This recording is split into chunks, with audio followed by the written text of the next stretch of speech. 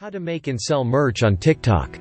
He started posting daily updates of his elderly pet pug named Noodle, declaring whether Noodle was having a bones day or a no bones day. In a matter of months his account blew up to more than 4.6 million followers. But selling merch is something that you can start at any time, whether you've just had a viral moment or are gradually building a following.